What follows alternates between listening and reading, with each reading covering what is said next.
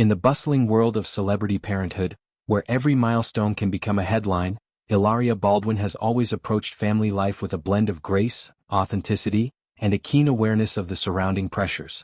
As the wife of acclaimed actor Alec Baldwin, she entered the public eye not just as a partner to a Hollywood heavyweight but as a yoga instructor, author, and devoted mother whose own story intertwined with the relentless gaze of the tabloids.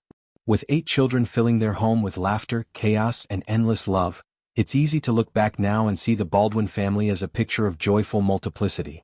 But rewind the clock to over a decade ago when their eldest children were newborns, and the landscape was markedly different. A time when privacy felt like a luxury few could afford, especially when your family name carried the weight of stardom. Hilaria recently opened up about those formative years on the Vile Files podcast, a platform where she delved into the intricacies of balancing fame with family. It was a candid conversation that peeled back layers of what it meant to welcome her first child into a world already hungry for glimpses of their life. Carmen, her eldest daughter, arrived in 2013, followed soon by son Raphael in 2015, and Leonardo in 2016.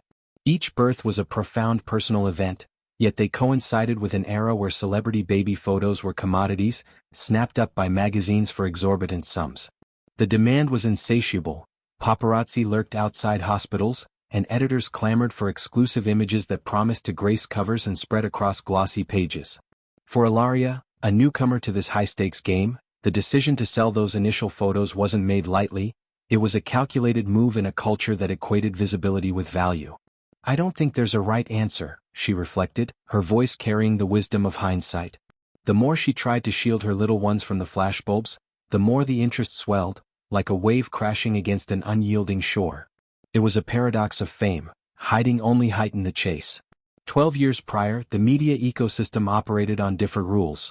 Social media was still nascent, and traditional outlets held sway with their print editions and broadcast specials. In that environment, selling the photos of her first few children felt like reclaiming some agency. The culture, even though 12 years ago is not a long time, it was very different back then, she noted, underscoring how rapidly norms had shifted. What once seemed like a necessary transaction now appeared almost archaic, a relic of an age when celebrities bartered their most intimate moments for a semblance of control. The transaction itself was straightforward. High-profile outlets paid handsomely for the rights to those tender images. Hilaria and Alec cradling their newborns, eyes wide with the wonder of new life. For the first child, the figure was staggering, $95,000.